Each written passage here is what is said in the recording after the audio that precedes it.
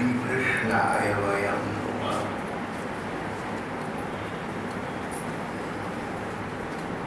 अक्रूर जी मथुरा से कंस की भेजने पर वृंदावन आए। भगवान कृष्ण को और भगवान बलराम जी को अन्य ब्रजवासियों को साथ लेकर मथुरा जाना, मथुरा पहुंचता उनका लक्ष्य था। राजा कंस ने अक्रूर जी को भेजा था। मन की बात तो ये थी कि कृष्ण बलराम के हाथों मेरा वध लिखा गया है।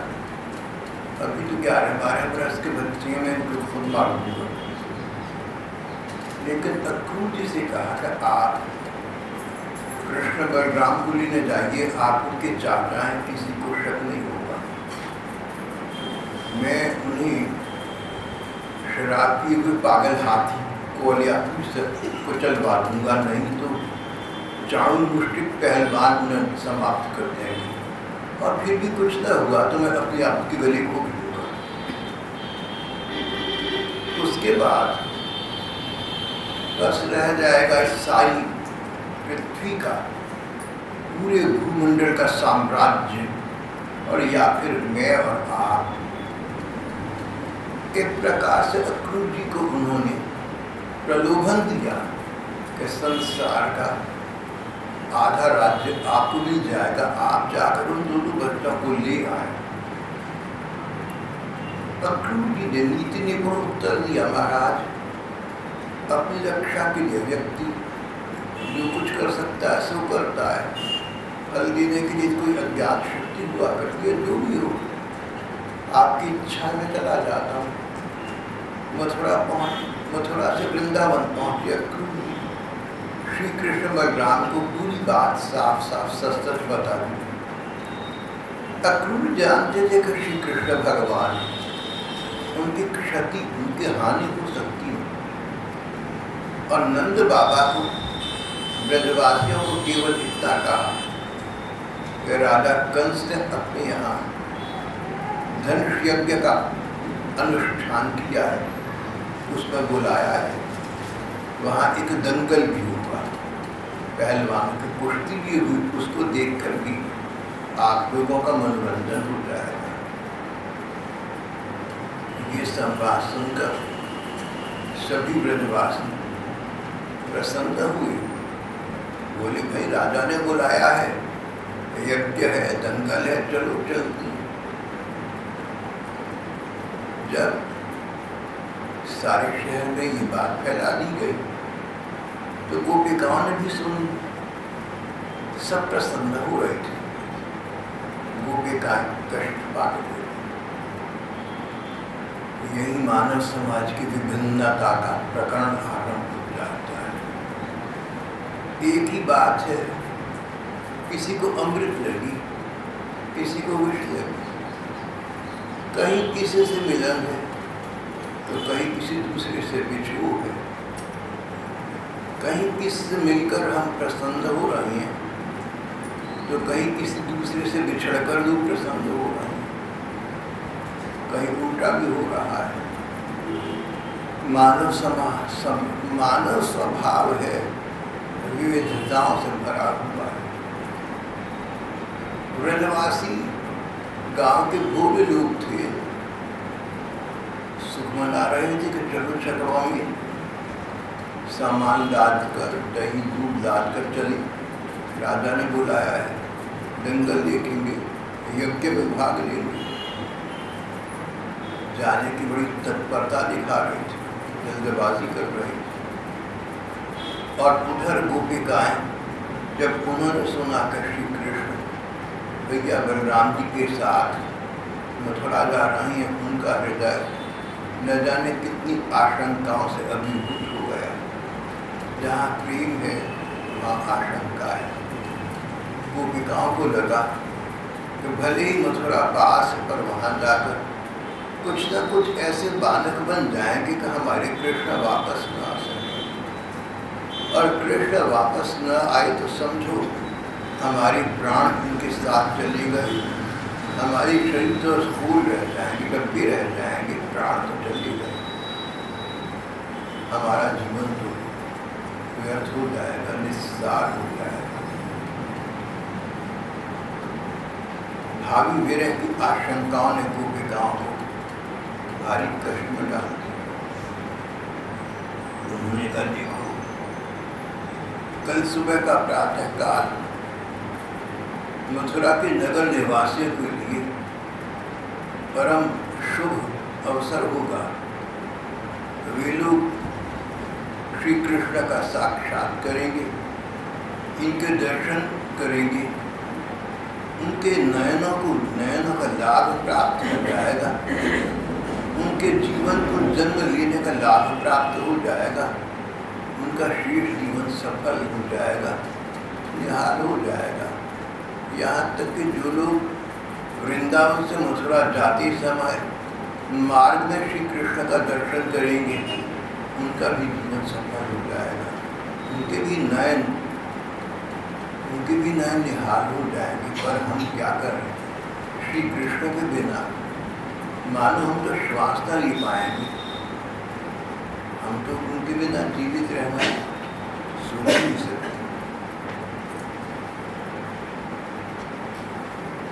चलो हम स्वयं चलकर अपने प्राण प्यारे श्याम सुंदर को रोकेंगे, कुल के बड़े बूढ़े और बंधुजन हमारा क्या कर देंगे। सभी हम आधे क्षण के लिए भी श्री कृष्ण का संग छोड़ने में असमर्थ थी। आज दुर्भाग्य ने हमारे सामने उनका योग उपस्थित करके हमारे चित्त को विनष्ट और व्याकुल कर दिया।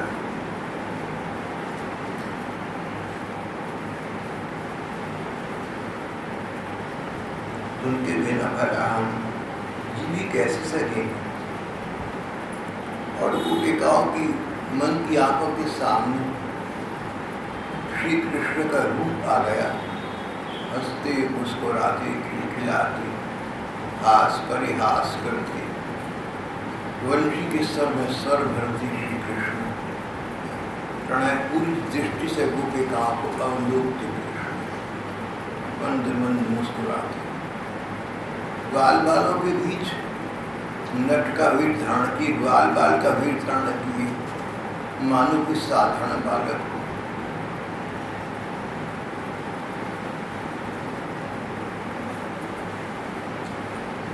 वो क्या रोक जाएंगे, रोते रोते रात बीत गई, सूर्योदय हुआ।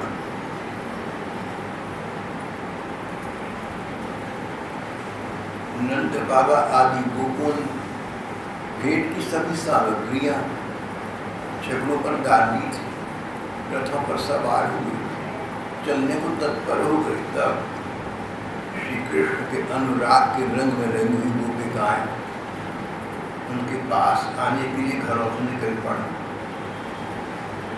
बहुत जनसमूह था, अपार जनसमुदाय था, भीड़ उमड़कर आ रही थी।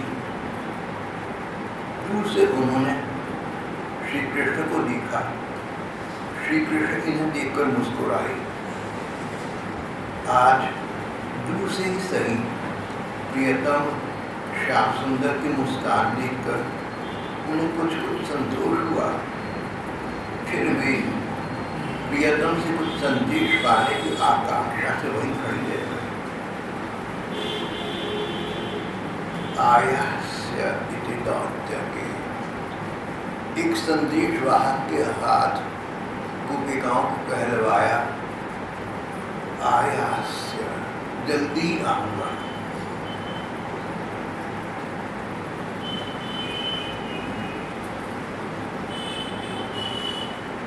दूत के द्वारा मैं आऊंगा, ये प्रेम संदेश भेजकर उन्हें धीरज बंधाया और देखते देखते रथ चल पड़ा। अक्रूरी हाँक रहे थे, श्री कृष्ण बलराम बैठे हुए थे, रथ चला जा रहा था, छकड़ी भी चल पड़ी, बैलगाड़ियाँ चल पड़ी। मानो सारे का सारा ब्रज जैसे एक बार पहले गोकुल से उठकर वृंदावन आ गया था, आज वृंदावन से उठकर मथुरा तमाशा दिखने जा रहा था।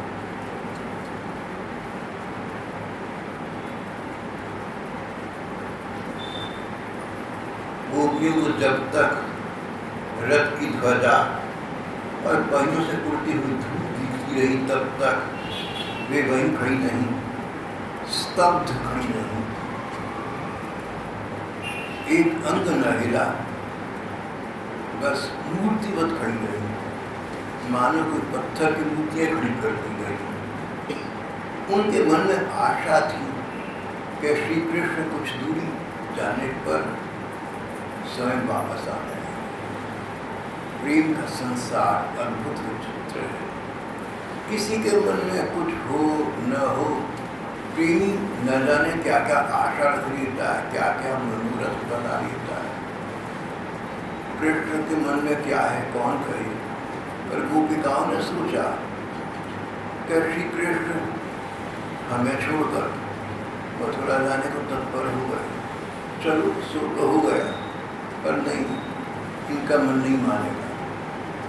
शीघ्रता के क्षणों में इन्होंने, आवेश के क्षणों में, in the heat of the moment ना तो कर दी, पर 10-20 पद आगे जाने पर इनको विचार आएगा मैं वृंदावन से जा रहा हूँ, मैं अपनी प्राण प्रेयसियों को छोड़कर जा रहा हूँ।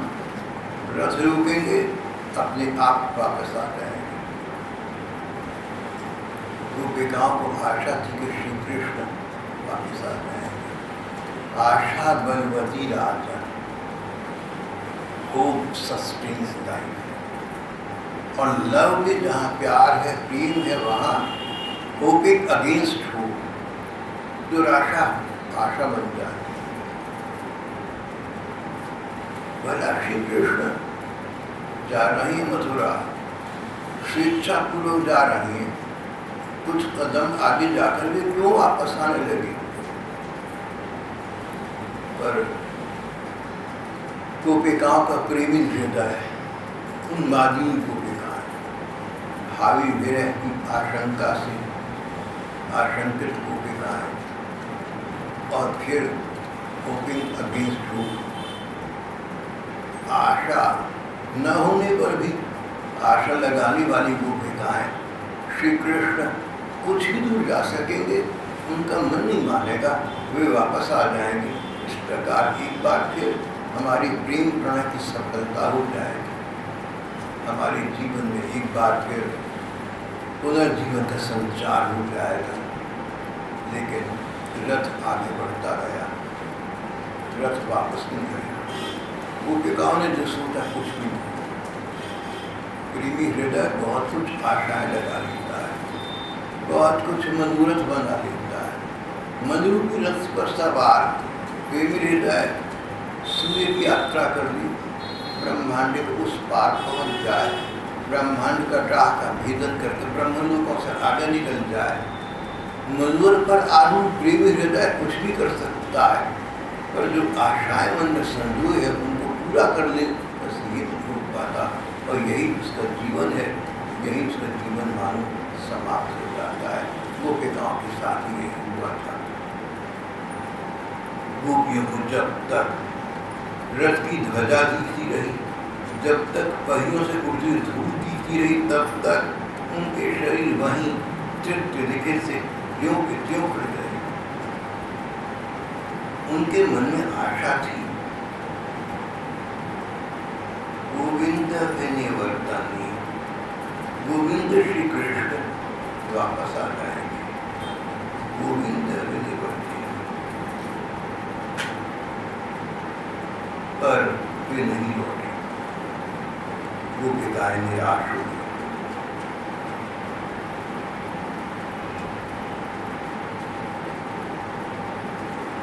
अधिकांश गोपिकाएं निराश होकर अपने घर चली गई। अब उनका जीवन बदल चुका था, अब उनका सर्वस्व सब कुछ बदल चुका था। अब सुबह को नित्य प्रति की भांति बहुत घोर की निदा में सूर्य की अरुणिमा, सूर्य की लालिमा आकाश को आह्लादित करती, पर गोपिकाओं के लिए काफी सब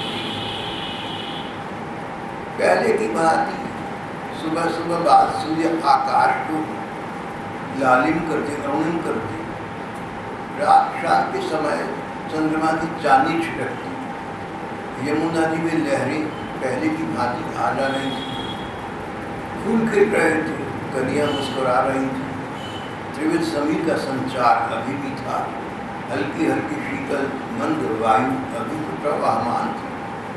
उमड़ घुमड़ कर न जाने बादल कहाँ से आते और कहाँ चली जाती, कभी कभी हल्की हल्की बूंदाबांदी हुई।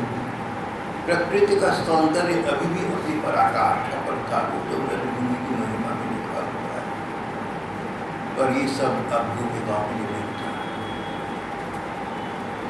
सकल पदार्थ है जगमान, कर्महीन नर पावत नार।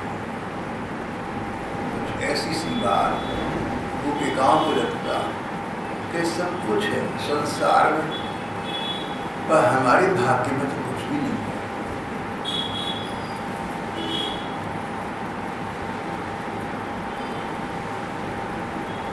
उनका जीवन मरण प्राय हो गया। अब ये तो था, कृष्ण कह गए हैं आऊंगा, जल्दी आऊंगा, बस ये आशा थी कृष्ण जल्दी आएंगे। इस आशा ने गोपिकाओं को जीने के लिए बाध्य कर दिया। आशा, कृष्ण आएंगे, जल्दी आएंगे, एक बार फिर हमारे जीवन में हरियाली आ जाएगी, हमारे जीवन में रस का संचार हो जाएगा, हमारे वृद्ध प्राय शरीर पुनर्जीवित होंगे, गोपिकाएं भविष्य के सपने दिखने लगी, भविष्य के सपनों में खोई रहने लगी, देवा सप्त उनके जीवन का पर्याय बन गया। अब कुछ न रहा था, केवल कृष्ण कथा की, कृष्ण चर्चा की, कालक्षेप के लिए गोपिकाओं का समय काटी न कटता था, पर समय के बिताने के लिए, कालक्षेप के लिए गोपिकाएं परस्पर मिल बैठती। सबके मन की एक ही बात थी, सबके वाणी की एक ही बात थी, सबके हृदय में, सबके मस्तिष्क में कृष्ण समाहित हुए, सब उनकी ही चर्चा करते, सब एक मना, सब संगीत। गोपिकाएं मिल बैठती और श्री कृष्ण की अब तक की जो लीलाएं थी उनका स्मरण करती, उनकी चर्चा किया करती। छोटे से कृष्ण शिशु थे, छोटे से बच्चे थे, कितनी चंचलता थी, हमारे साथ में अक्षर पढ़ने की बातें करते थे, कभी मक्खन चुराने का बालक बनाते, कभी सुहाने का, कभी कुछ शैतानी चंचलता नटखटता करती रहती थी। थोड़े बड़े हुए तो बछड़े चराने के लिए वन जाने लगी, फिर गैये चराने लगी। एक एक करके श्री कृष्ण की अब तक की सभी लीलाएं गोपिकाओं के भाव नयनों के सामने प्रकट हो गए। और फिर कुछ वर्ष पहले ये श्री कृष्ण यमुना जी के उस किनारे पर आए थे सुबह सुबह, जब गोपिकाओं ने 1 मास का अपना व्रत था, उसका उद्यापन करना था। कहने लगे, गोपियों तुम्हारे मन की बात मैं जानता हूँ, मैं भी वही चाहता हूँ, मैं वही करूँगा। गोपिकाओं के मन की बात थी जो प्रातःकाल रोज जगन माता से कहती थी, पति में कुरुतम कुरुति धमा, श्री कृष्ण को हमारा पति बना दो, मां हम तुम्हें नमस्कार करते हैं। श्री कृष्ण बोले गोपिकाओं, श्री कृष्ण ने कहा था, गोपियों तुम्हारा मनोरथ मैं जानता हूँ, क्यों तुमने व्रत रखा, तुम्हारा संकल्प जानता हूँ, मैं उसका अनुमोदन करता हूँ, मैं भी यही चाहता हूँ। और पूर्व भूमिका के रूप में कुछ समय के पश्चात उन्होंने यमुना जी के किनारे शरद पूर्णिमा की रात्रि को जब चांदनी छिटक रही थी और घने पेड़ों के बीच से छन छन कर नीचे आ रही थी, इन्हीं गोपिकाओं के साथ रास नृत्य और संगीत का कार्यक्रम किया था। गोपिकाओं को श्री कृष्ण की अतीत स्मृतियां विवल हो, उन्होंने कितना प्यार किया, कितना अनुराग था उनके मन में हमारी। तब ऐसा नहीं लगता था कि कृष्ण कभी यहाँ से जा सकते हैं, सोच न सकती थी, कल्पना न कर सकती थी, और भी चली गई। गोपिकाएं श्री कृष्ण की चर्चा करती है, गायन्त्या प्रिय चेष्टितम्, दिन रात प्यारी श्याम सुंदर की लीलाओं का गान कर इस प्रकार अपने मन के शोक संताप को कुछ हल्का कर। प्रियतम सामने न हो तो साथ वाला सब प्रियतम की चर्चा करना प्रेम का और प्रेमी का लक्षण। प्रियतम सामने हो मानो सब कुछ मिल गया, सामने न हो तो उनकी चर्चा में सुख मिलता है और कुछ चर्चा करने को तो मन चाहता है। गोपिकाओं की यही स्थिति परस्पर मिलकर श्री कृष्ण की लीला कथाओं का गान किया कर।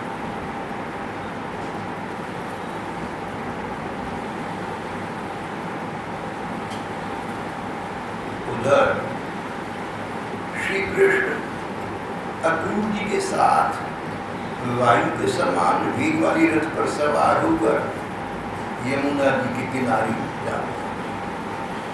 अब तो श्री कृष्ण का रथ, स्वर्ण रथ, बहुत दूर निकल गया, तो वापस आने वाली बात तो समाप्त।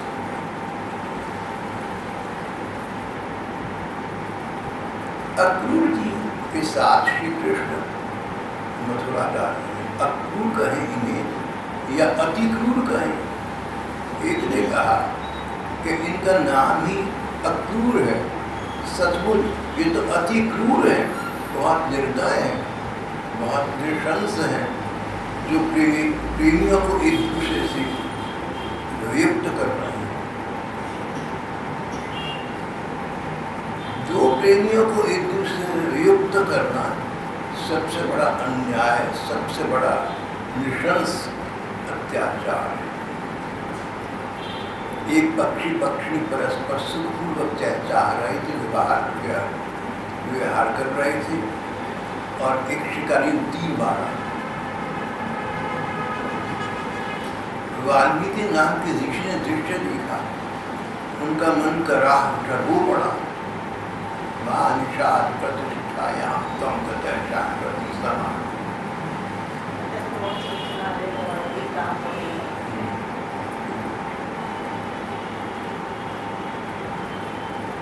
बड़ा दुख हो।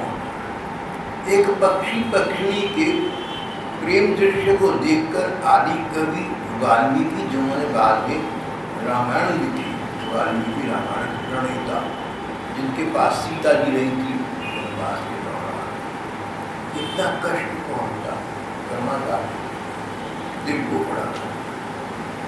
पक्षी पक्षी के प्रेम सुख में बाधा पड़ने पर त्रिगुणातीत संसार के सुख दुख से परे बैठे परम वीतरागी वाल्मीकि रूप यहाँ तो मनुष्य की बात हो गई। इनको अक्रूर नहीं कहना चाहिए, इनको तो क्रूर कहना चाहिए।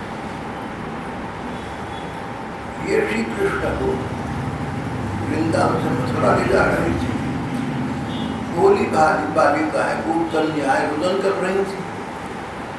क्रूर अक्रूर को कोई दया न आई, उनके आंसू न पूछे, आश्वासन के दो वाक्य न बोले। ऐसे क्रूर व्यक्ति का नाम अक्रूर नहीं होना चाहिए।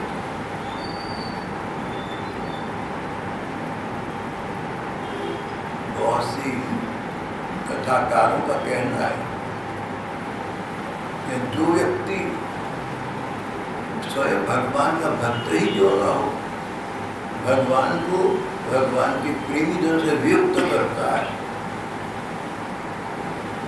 बहुत बड़ा पाप करता है, उसकी बुद्धि बिगड़ी, तभी तो उसने ऐसा कर पाया। और ये बिगड़ी बुद्धि कब उसका अपना अहित अनिष्ट कर दी, समय ही बताएगा। ये समीक्षा हमें तब कुछ जान पड़ती है जब बाद में जाकर हम देखेंगे कि किसी स्थल पर अक्रूर जी भगवान के विषय में भक्त हृदय के न रहे थे, उन पर माया का पर्दा पड़ गया। प्रसंग भेद हो जाएगा, पर ऐसा तो हुआ था। तब विद्वानों ने कहा कि इन्होंने दूती गोपिकाओं को चुप न कराया था, आज उसका फल भोग रहे हैं इनकी बुद्धि के प्रति।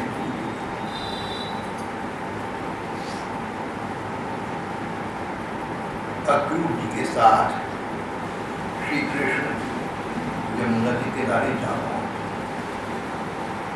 समीक्षा कहती यहाँ क्या श्री कृष्ण, क्या व्रज गोपिकाएं सभी के कायाकल्प का दिन आ गया,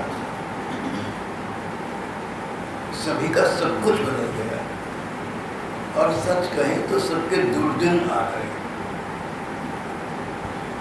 केवल गोपिकाओं के नहीं, प्रियतम श्री कृष्ण से वियुक्त हो गई सो तो है, पर समीक्षकों का कहना है कि आज श्री कृष्ण के अवतारी काल में अंतिम दिन था सुख पाने का।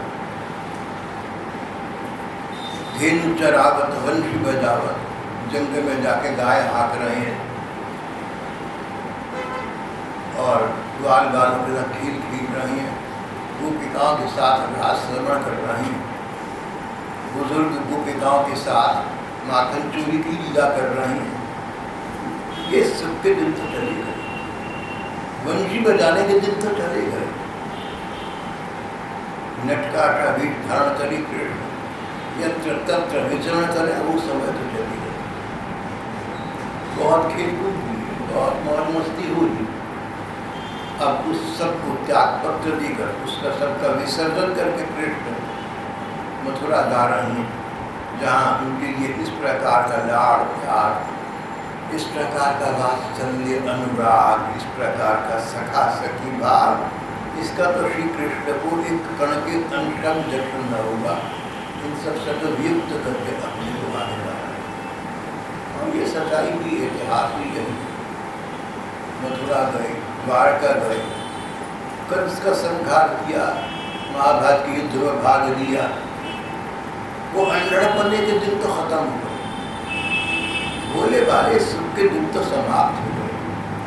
कहीं मक्खन चुरा कर खा रहे हैं, कहीं बांदरों को बांट रहे हैं, कहीं वंशी के सर में सर भर रही हैं, गैयाओं को नाम ले लेकर पुकार रही हैं, हरण पास खड़ी खड़ी बड़ी बड़ी आंखों से उन्हें निहार रही हैं, गैया उनके पास आकर खड़ी हो जाती हैं, उनको देखने लगती हैं, वंशी के सर में सर भर कर श्री कृष्ण की गायन करती।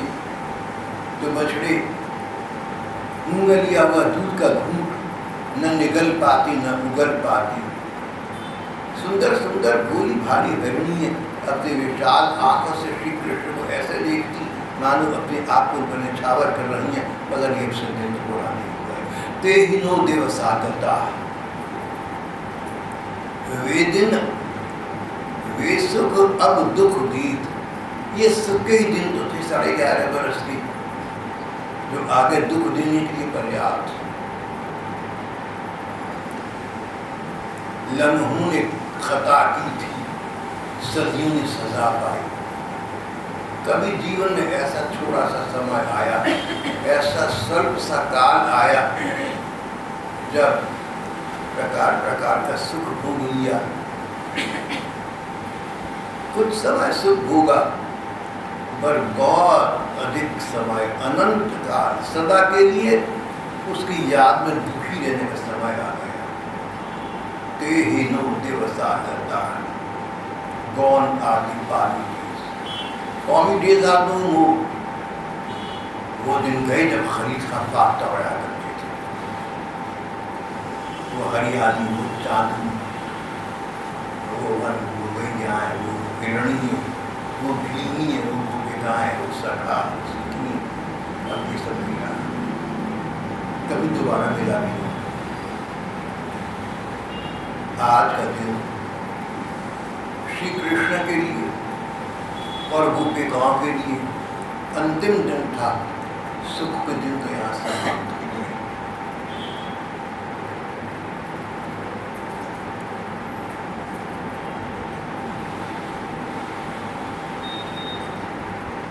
वृंदावन से रथ श्री कृष्ण को मथुरा ही जा रहा था। अब दूसरी हाथ रही। श्री कृष्ण के बड़े भैया बलराम जी भी उसी रथ पर आरूढ़ थे। आधा मार्ग पहुंचे तो यमुना जी का वो सरोवर आया, वो तट आया, वो कुंड आया, यमुना जी का वो स्थान आया जो वृंदावन मथुरा के लगभग बीच में था।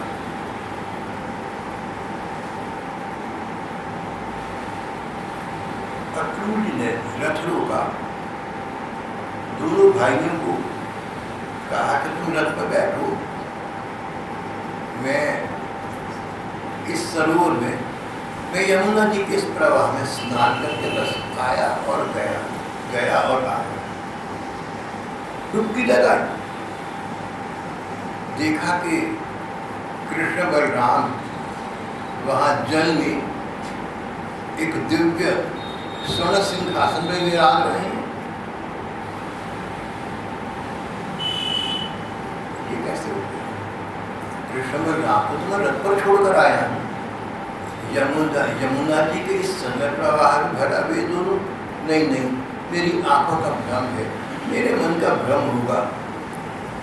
तू बाहर निकाल कर देखा तो कृष्ण बलराम पहले की भांति रथ में विराज रहे थे।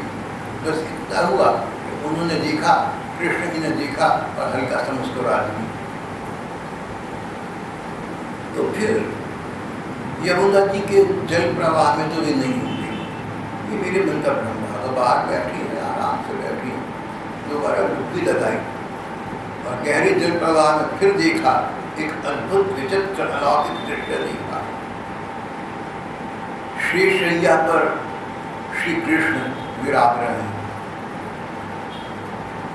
श्री कृष्ण के गले में अब वनमाला नहीं है, हीरे मणि की माला है, कौस्तुभ मणि है। उनके हाथ में न तो कमल का फूल है और न वंशी है। अब तो उनके 4 हाथ निकल आए, चतुर्भुज कृष्ण है, शंख चक्र गदा पद्म। ये वृंदावन वाला रूप नहीं है, ये वृंदावन वाले उपकरण नहीं है, ये तो श्री कृष्ण के नित्य धाम के वैकुंठ के उपकरण है। अरे ये तो परमात्मा का दिव्य धाम दिख रहा है मुझे, जैसे धर्म ग्रंथ में वर्णन करते हैं, जैसे चित्र भी देखे होंगे भाई बहनों।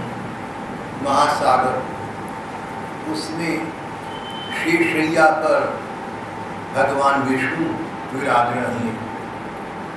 यहाँ पर शेषनाग पर, शेषैया पर श्री कृष्ण विराज रहे थे। लक्ष्मी जी उनके पांव पर उठ रही थी। देवी देवता, सनकादि ऋषि, नारद जी, बड़े बड़े ऋषि महर्षि हाथ जुड़े सामने खड़े थे, उनका स्तवन गान कर रहे थे। ये दिव्य दृश्य था, ये दिव्य वैकुंठ का दृश्य था। श्री कृष्ण ने अक्रूर जी को दर्शाया कि मैं वही परमात्मा हूँ जो प्रलय काल में शेषैया पर विराजमान होता हूँ और लक्ष्मी जी पाँव पर उठा करती है। और यही वही देवता हैं, वही पार्षद हैं, वही ऋषि मुनि है जो इस प्रकार मेरी स्तुति में सदा संतुष्ट है। अक्रूर जी के मन में तो पहले भी था कि भगवान है, अब उनका विचार परिपुष्ट हो गया।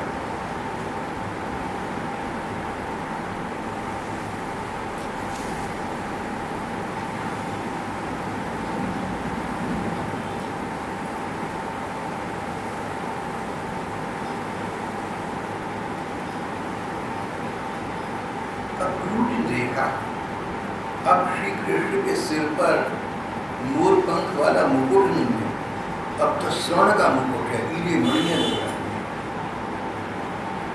न वंशी न सखा न सखियां,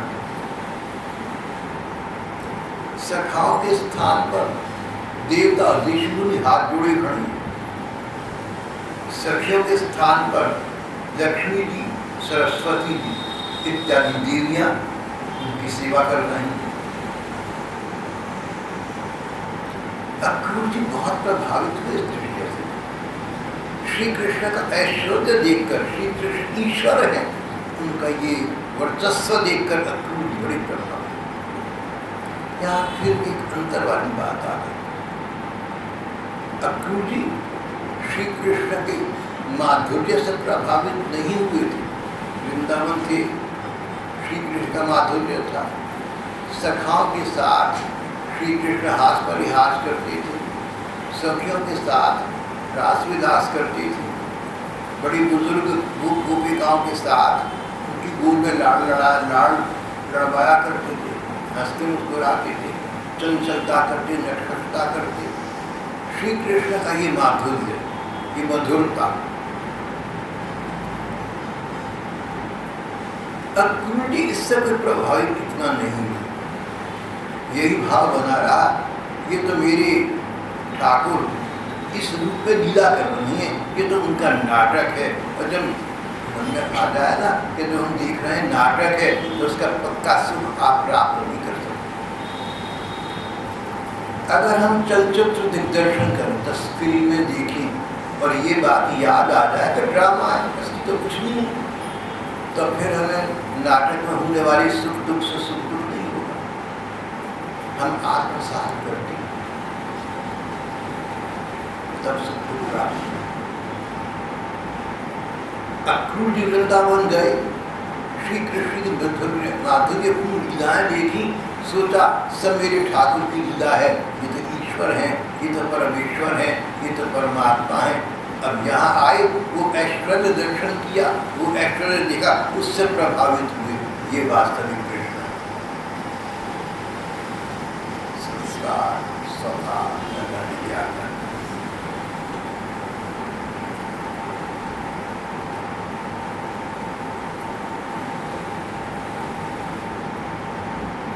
अक्रूर ने वहीं पर इन परमात्मा श्री कृष्ण की, इन चतुर्भुज श्री कृष्ण की स्तुति की। स्तुति में वही बातें कही जो कोई भक्त या विद्वान परमात्मा से कहेगा। भगवान, आपकी प्राप्ति के मार्ग अनेक हैं, कोई किसी मार्ग से, कोई किसी दूसरे मार्ग से आपको प्राप्त करना चाहता है। भगवान, जो लोग योग मार्ग से चाहते हैं, आप उनको योग मार्ग से दर्शन देते हैं। जो लोग कर्म मार्ग से चाहते हैं, आप उन्हें कर्म मार्ग से दर्शन देते हैं। साधु लोग आपको अपने हृदय में स्थित अंतर्यामी के रूप में देखते हैं। बड़े बड़े विद्वान आपको सारे संस्थान व्याप्त परमात्मा के रूप में देखते हैं। कर्मकांडी लोग यज्ञ के फल के रूप में देखते हैं, यज्ञ भगवान के रूप में आपकी उपासना करते हैं। कोई ज्ञान यज्ञ के द्वारा, कोई कर्मयोग के द्वारा, अपनी अपनी बुद्धि के नजर, अपने अपने मार्ग के द्वारा बड़े बड़े विद्वान आपका संस्तवन करते रहते हैं। जो भी हो, कोई भी मार्ग हो, गंतव्य तो आप हैं, मंतव्य तो आप हैं, प्राप्तव्य तो आप ही हैं।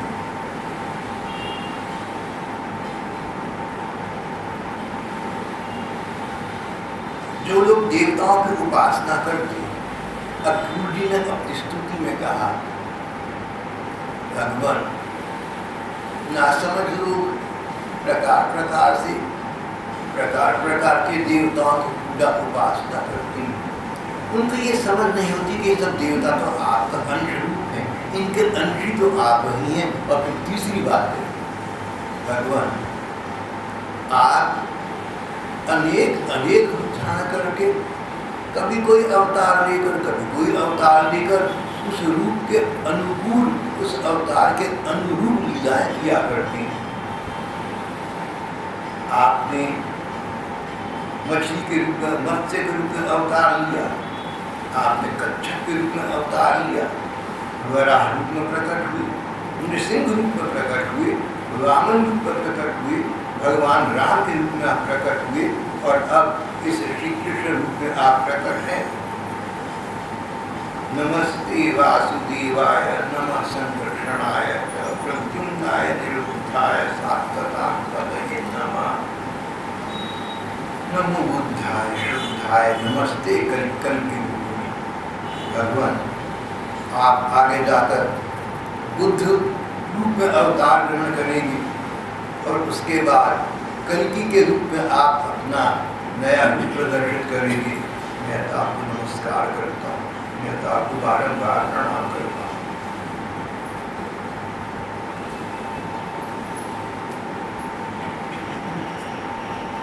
और अंत में उन्होंने कहा, आप ही वासुदेव हैं, आप ही सब भूतों के हृदय में व्याप्त हैं, आप ही बलराम हैं, आप ही संकर्षण हैं, प्रद्युम्न भी आप हैं, अनिरुद्ध भी आप। भगवान हे कृष्ण, बलराम जी आपके बड़े भैया माने गए हैं, पर सच बात ये है कि बलराम शेष नाग हैं, अनंत भगवान हैं, आपका अंश है। प्रद्युम्न और अनिरुद्ध आपके बेटे पोते माने जाएंगे, पर वह भी आप ही के अंश से प्रकट हैं। भाव ये है कि भीतर बाहर ऊपर नीचे दसों दिशाओं में आपकी सत्ता व्याप्त है। ऋषिकेश नमस्तुभ्यं प्रपन्न पाहि मां प्रभु। इस प्रकार के मेरे ठाकुर, मैं उसमें नमस्कार करता हूँ, मैं प्रणाम करता हूँ। और वापस रथ में आए।